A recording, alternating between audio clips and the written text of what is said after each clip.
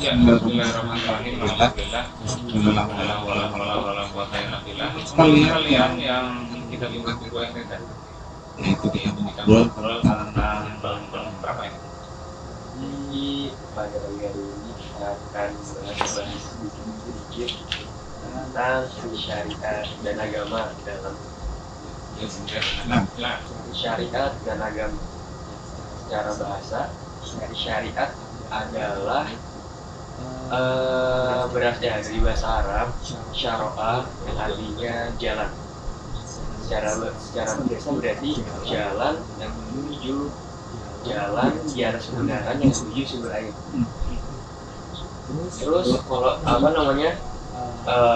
ataupun air yang menjadi bagi siapapun itu akan mendapat kebenaran baginya, karena maksud di sini adalah air di sini sebagai kehidupan dan jalan ini adalah suatu yang menuntut kita untuk mencapai kehidupan yang benar.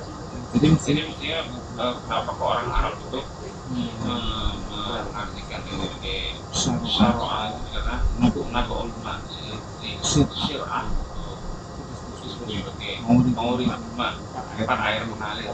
Memang di Arab itu ya kondisinya air itu adalah barang yang tingkat ya kan. Itu disebut bagi disebut bahwa syariat itu sebenarnya seperti air yang kita butuhkan setiap saat. Sedikit kita butuhkan, banyak pun juga mesti kita butuhkan. Nah, itulah kenapa istilah itu menggunakan istilah itu digunakan sebagai syariat. Jadi ada kepentingannya, karena orang Arab anggap itu sebagai bagian dari sumber kehidupan. Banyak syariat dia itu tempat mengalirnya air dan yang namanya irigasi karena jalan kan biasa aja sekarang tapi jalan ada banget. Tapi kalau di negara Arab kayak wah itu penting banget yang namanya air itu juga disebut bahwa syariat itu adalah bagian yang paling penting dalam kehidupan manusia. Manusia butuh ini ya, tapi kalau nggak ada syariatnya, nggak ada airnya, tinggal di mana aja. Nah, ini ada suatu hidup. Sekarang gimana jelasnya? Kalau menurut istilah syariat ini itu adalah sebuah aturan yang Allah turunkan kepada hambanya, baik terkait masalah ibadah, masalah akidah, muamalah, adab, sikap, baik terkait dengan makhluk, antar makhluk dengan Allah sama. Jadi menurut istilah ini lebih ke perinciannya dari semua aturan yang ada.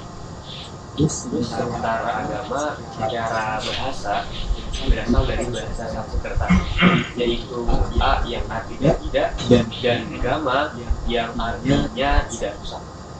Nah, sehingga agama berarti tidak rusak atau tidak kacau. Kalau secara istilah dalam Kamus Besar Bahasa Indonesia, agama berarti ajaran atau sistem yang mengatur tata keimanan atau kepercayaan dan peribadatan kepada Tuhan yang Maha Kuasa serta tataan akidah yang berhubungan dengan pergaulan manusia dan manusia serta lingkungan. Terus sebenarnya dalam Islam itu syariat itu seperti apa sih? Karena kita kan kadang-kadang melihat tingkatan-tingkatan dan kalau jadi agama menurut Islam. Iya kan dalam Islam agama. Kalau tingkatan keberagaman dalam Islam, menurut Prof. Hamid Kamuzakasi ada teologi dalam hal soal, yaitu ada Islam, iman, dan ihsan. Aspek pertama adalah keislaman dalam menjalankan syariat Islam. Nah, aspek kedua dari teologi ada iman. Orang yang beriman tidak mungkin lemah dan miskin, karena tidak mungkin dikasih oleh orang kafir, zalim, bahkan sampai saling bunuh. Kalau aspek tertinggi dari teologinya itu ihsan. orang yang tingkatannya sudah pusing, prinsipnya kayak antak juga Allah karena tahu yang dalam takut tahu paling Allah. Jadi strategi atas tingkat keberagaman Islam. Nah, jadi setelah itu kita bicara syariatnya dari apakah tingkat Islam, iman atau tingkat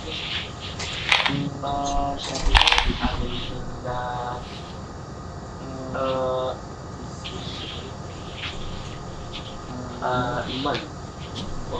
Jadi syariatnya bukan orang yang beriman.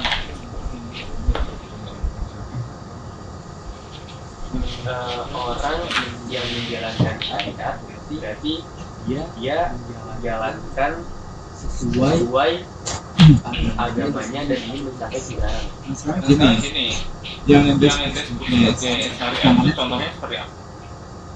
Contoh dari syariat tuh kayak contoh memakan gitu. Oh, itu syariat itu hanya soal makanan. Segala aturan dari oleh Allah. Itu kita itu kadang-kadang ketika bicarakan syariat itu orang mulai dari apa yang dia pikirkan. Misalnya kenapa orang Barat kok terjadi Islam di Barat? Kita lihat dulu ada poster-poster yang menyatakan anti Islam. Sebenarnya mereka melihat syariat itu dari satu sisi. Mereka lihat syariat itu dari sisi potong tangan, hukuman mati. Dalam Islam itu yang namanya penerapan potong tangan dan hukuman mati di Indonesia nya terangkan. Jadi orang itu kan melihat bahwa ini sebenarnya syariat Islam itu yang dan tergantung bagaimana kita menilai apa yang disebut syariat itulah kita akan menerima atau menolaknya. Karena kayak gitu. Jadi kadang-kadang unik. Kalau kita ngomong syariat itu kadang-kadang terlintas dalam pikiran kita tuh seperti peraturan-peraturan yang keras, tidak manusiawi. Barat itu media-media yang apa namanya anti Islam biasanya selalu aja yang digoreng gitu kan, yang digoreng. Makanya kita ngomongin dengan syariat dan agama itu gimana cara orang itu melihat syariat. Misalnya apa, orang muslim yang melihat syariat diterapkan di Indonesia, jangan nanti yang non muslim dihukum mati. Nah itu meskipun pernah terjadi hukuman mati untuk orang non muslim, tapi kasusnya bukan dalam kondisi bebas dan bukan dalam kondisi yang tidak ada persyaratannya. Itulah kenapa kita itu sering digoreng dengan isu-isu syariat. Hubungannya dengan agama. Sebenarnya saya ingin bicarakan lebih detail. Kalau ente ngomong sebagai syariat itu soal apa namanya itu tadi makan babi. Iya.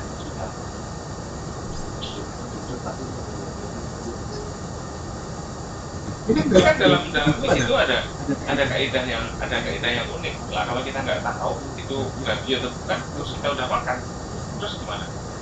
Jadi ada hal seperti itu yang dalam Islam itu penjelasannya sangat menarik.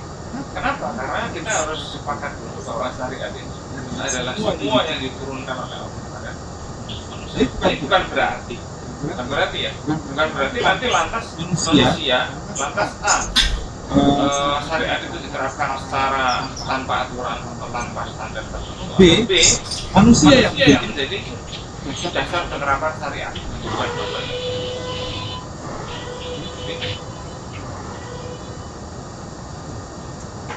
Nah, jadi ketika kita melihat syariat itu sebagai istilahnya dia jalan hidup, maka bisa jadi syariat di Indonesia itu penerapannya dan pemahamannya sama dengan yang di Arab. Namun dalam beberapa hal budaya itu mengaturnya secara kearifan masing-masing. Misalnya syariat tentang zakat.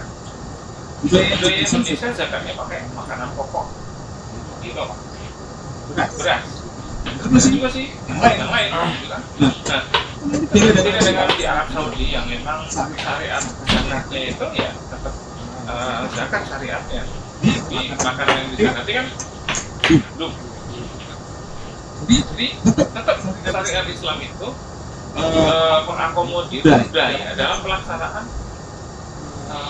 hal-hal yang sifatnya mengikat gitu. Jadi sholat, puasa itu juga pelaksanaannya di berbagai daerah juga terikat dengan waktu dan terikat dengan kultur masing-masing. Nah, berarti kita mengikuti kultur bukan ketika misalnya di negara barat yang lagi musim panas gitu, musim panas ya, ada yang musim panas itu biasanya matahari itu lebih lama dan malam hari lebih pendek. Jadi itu berarti puasanya jamnya berbeda dengan di negara yang musim dingin yang malam hari panjang. Ada hal-hal dalam syariat yang lupa orang kaitkan dengan Eropa. Kita harus melihat syariat dan agama itu hanya melihat itu sudah menjadi sebuah kultur atau sebuah kultur tertentu yang dipaksakan untuk diterapkan secara total. Sekarang kayak gini misalnya, orang di Indonesia itu apakah pengadilan agama itu memutuskan hukuman mati? Pengadilan agama di Indonesia ya memutuskan perceraian, misalnya pernikahan atau warisan, itulah paling pasti. Tapi di negara-negara lain itu enggak, mereka bisa melakukan hukuman mati seperti itu. Jadi tapi kalau kayak di Mesir ada mahkamah syariat juga. Jadi ada mahkamah untuk pelanggaran. Itu tentu untuk pelanggaran yang sudah di luar batas-batas yang diatur di luar kasus seperti A, B, C, D yang itu penerapannya dan orang pun sekarang digoreng untuk takut dengan apa itu syariat. Misalnya apa? Tentang pacaran dan lain sebagainya. Tapi dalam syariat sudah jelas.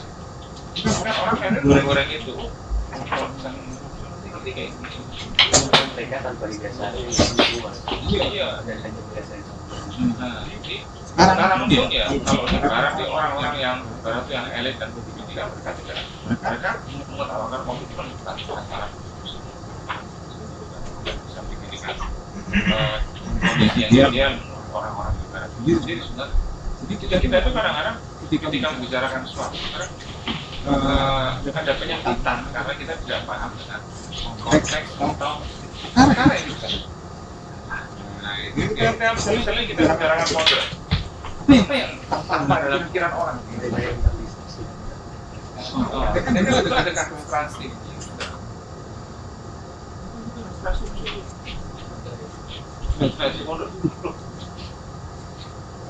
Itu apakah semua pondok? Saya akan ada pertanyaan soal itu. Itu hanya sampai jadi di tengah-tengah masyarakat yang masih awam media sosial itu bisa berfungsi sebagai alat dan kepentingan politik. Ya, sama kalau saya melihat dalam konteks hukum itu penerapan syariat, hubungan antara syariat dan agama. Orang punya beragama, dianggap beragama itu yang menolak syariat pada zaman. Itu aja. Yang lain beli itu pasar. Yang namanya pasar itu dalam Islam ya ada dan juga ada aturannya. Orang ketika pemerintah ada aturan-aturan pasar, syariat juga ada juga. Nah ini syariat yang kita ini kadang-kadang ada syariat yang bermanfaat bagi manusia. Itu malah ada highlight yang dia highlight syariat yang menakutkan. Tentang informasi itu aja baru mau highlight ekonomi syariat. Sekarang mulai marah ekonomi.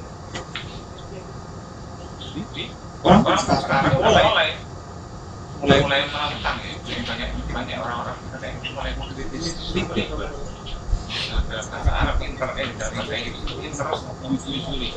Udah banyak yang mulai iya karena mereka tahu bahwasanya user itu is plus. Tidak ada ekonomi Islam, kan mereka pikir juga ya harus ada juga. Jadi seperti itu akhirnya mereka punya apa namanya yang bahwa yang disebut sebagai ekonomi Islam itu adalah bukan sekedar ekonomi yang ada labelnya Arab atau labelnya ayat atau labelnya hadis. di ekonomi yang dia punya pokok-pokok pikiran keadilan dan lain sebagainya. Jadi konsep-konsep keadilan, konsep-konsep masyarakatan, keumatan dan lain sebagainya itu jarang sekali muncul di masyarakat barat. Islam society itu seperti apa? Kita ngomong masyarakat Islam tuh mesti beda. Barat bilangnya nih, era Muslim yang teroris, konflik atau komunisme enggak lah. Padahal kalau kita pikirkan, di Arab Saudi ini banyak yang enggak. Atau orang-orang juga lihat ya, namanya syariat, tapi masih ada maksiat juga di negara Muslim. Ya, itu adalah sesuatu yang terjadi di masyarakat. Itu merupakan sesuatu yang mengangkat di masyarakat yang belum tersentuh oleh. Nah, ini sebenarnya paling penting.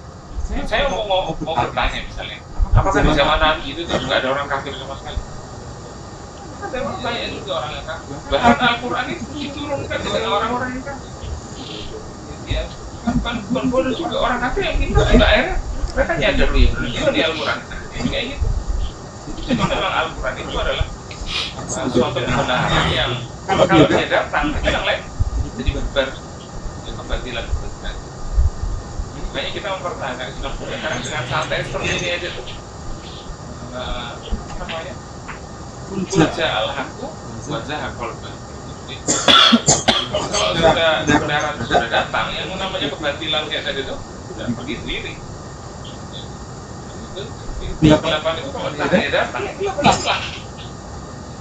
Islam itu seperti itu. Nah, kita Islam dengan cara yang kayak gini, dengan cara yang ya kayak di Indonesia santai gitu. Kita sudah juga Islam itu di Indonesia. Kalau di luar negeri orang berislam dengan cara yang serius, keras. Maksudnya apa ya? Kerja kerasnya besar kan? Negara-negara yang minoritas ya. Kalau kita lihat orang Muslim di negara minoritas, mereka banyak yang berkualitas. Kenapa? Karena di negara minoritas itu masyarakat itu sudah berkualitas. Kenapa masyarakat orang Muslimnya ya itu juga situasi masyarakat yang berkualitas. Misalnya gini, orang Muslim di Amerika, apa yang miskin? Kenapa? Karena mayoritas masyarakat di Amerika itu sudah banyak yang tidak miskin. Kemiskinan di Amerika ada nggak? Ada di Amerika itu ada. Kita harusnya kalau misalnya kita ngomong emang nggak ada masalah, ada. Nah itu untuk menunjukkan bahwa ada keterbatasan dalam hukum yang diatur. Itu juga menunjukkan bahwa dalam Islam itu juga bisa. Makanya kenapa ada konsep taubat dan justru untuk masalah sosial itu bisa terserap dengan konsep taubat. Ada lagi. Bisa kembali ke jalan yang lurus. Iya, makanya nanti ketika syariat itu adalah semuanya. Jadi kita ngomong semuanya berarti aturan-aturan yang bukan hanya untuk orang baik saja.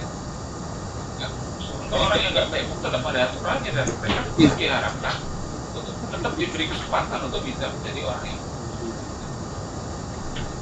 ini yang dilupakan orang ketika membicarakan agama Islam dan mengkaji bahwa dalam Islam itu ada syariat yang dimensinya bukan hanya sekedar menakut-nakuti gitu. Ya kayak di barat tadi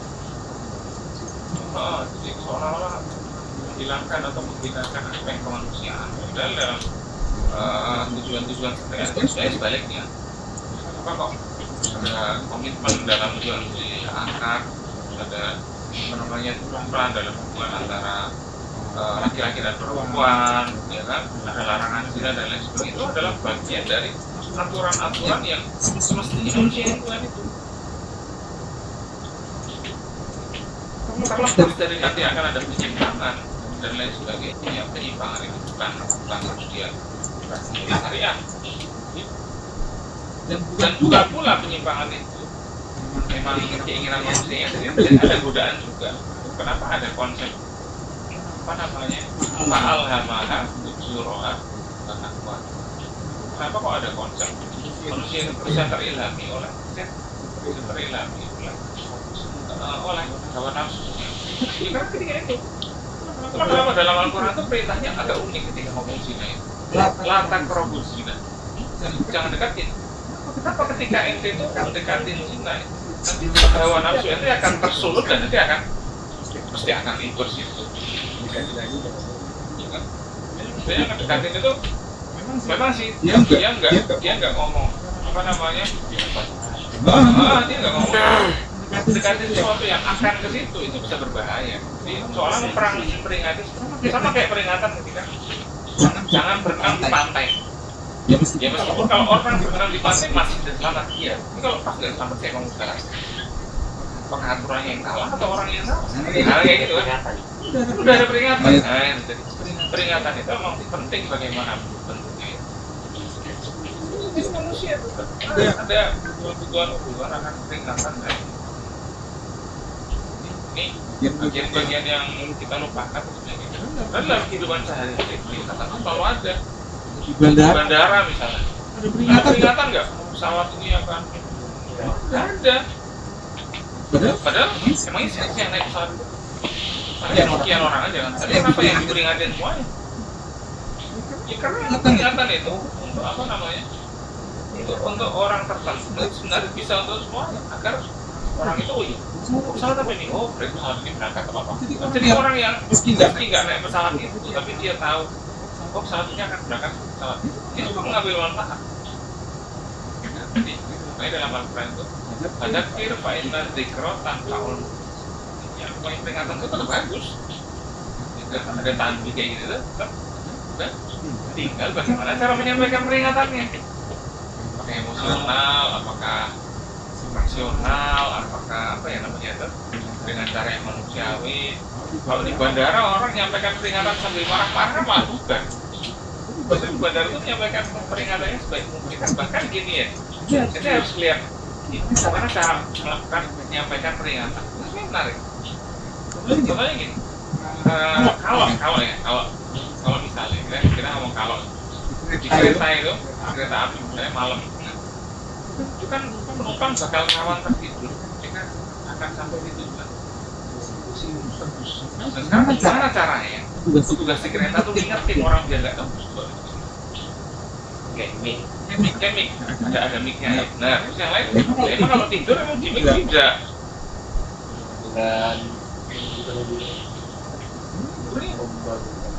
ngerem lah. Kan berarti Kalau kereta api kan gini, jeduk-jeduk gitu ya, kalau ngerem. enggak, jadi itu tuh gini loh. Soalnya gini, Anda pernah dapat pengalaman karena anak naik kereta api kan. Ketika naik kereta api itu cara bangunin penumpang ketika udah mau nyampe stasiun yang dituju itu sebenarnya semua petugas udah tahu lah ini data. Dan apa namanya? Dia lihat terus tuh. Jadi karena di kereta tuh hampir setiap menit itu ada keliling. Nah itu apa namanya itu keamanannya atau apa? Cleaning service-nya, atau makanan. Emang itu sengaja dibuat peringati. Bahkan nanti ketika udah mau nyampe tempat itu peringatannya tuh unik. Saya tuh dulu pernah terus saya ingin gunakannya tugasnya peringati. Ini gini tugas kita. Pak, berikutnya kita kan itu kan kita jadi bingung. Ya, ada pura-pura pakai itu dan tidur gitu. Mungkin tahu aja. Oh, gitu tuh cara mereka peringatkan. Udah tahu bukan di Medion gitu. Oh, gini tuh cara. Ada cara-cara yang kayak gitu. Itu nanti harus ngelihat. Itu namanya manajemen modern aja pakai cara-cara kayak gitu. Dalam Islam sudah dilakukan juga kayak Nabi itu mengingatkan orang itu dengan cara yang beda-beda. Nabi muda itu diingatkan dengan cara yang berbeda. Orang tua diingatkan dengan cara yang anak-anak. Nah ini agak menarik. Nah itu makanya ngomong agama dan syariat dalam konteks komunikasi kita harus melihat bagaimana mempromosikan,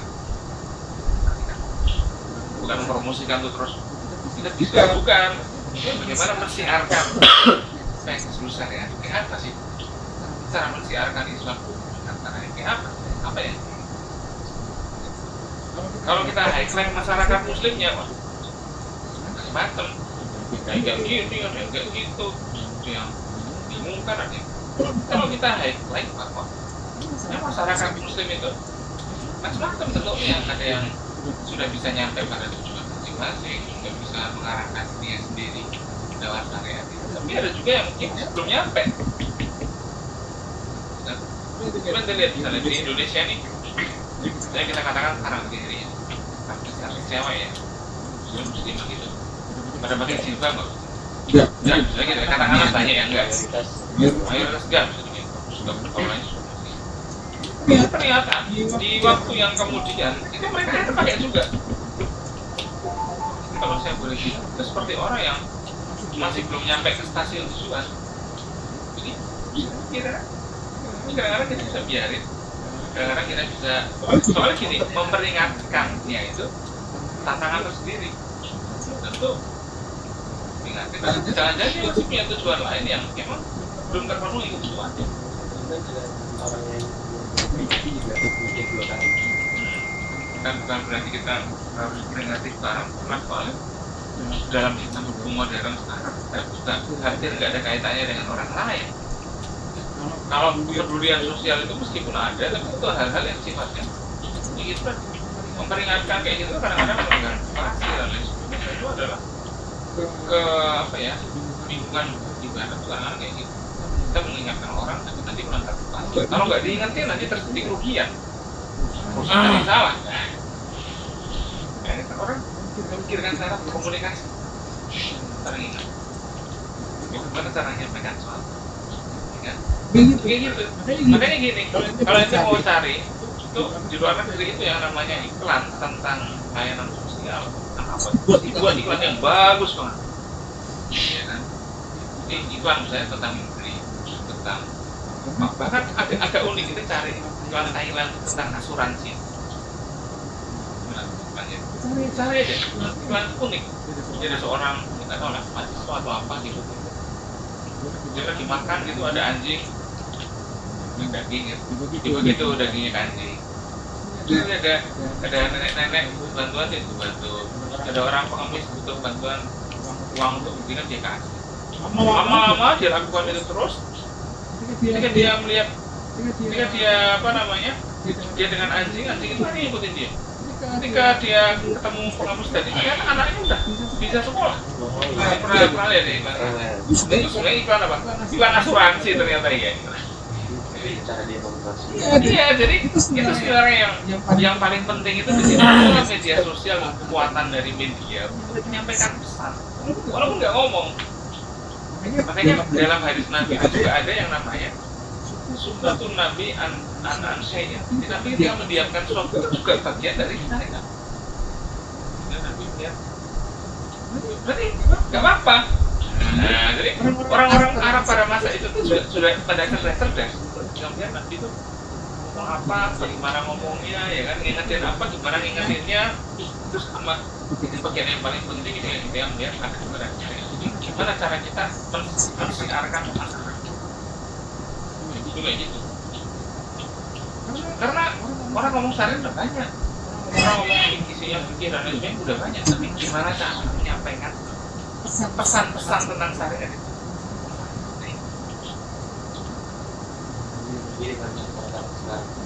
Bahkan nggak usah pakai simbol agama itu nggak apa-apa. Uniknya itu seperti itu, kan? Tapi memang niat kita kan untuk menyampaikan itu. Nah, kan coba teman-teman nanti yang itu coba mungkin semacam iklan atau film pendek menyampaikan tentang bahaya pacaran. Sangat bisa, ya kan? Pakai yang terbaik kan? Bukan, tapi itu bagian dari usaha kita melakukan nasihat. Tidak ada usaha yang sempurna. Karena ya orangnya juga manusia, terus yang merespon hal itu juga banyak. Nggak ada usaha yang sempurna. Itu ketika kita ngomong konteksnya adalah kita harus mencari apa ya namanya groundbreaking ya. Gimana antara agama dan syariat ada hubungan seperti apa? Terus dalam konteks sekarang ini gimana agama dan syariat dipahami? Karena diamalkan, disiarkan oleh orang-orang itu ya.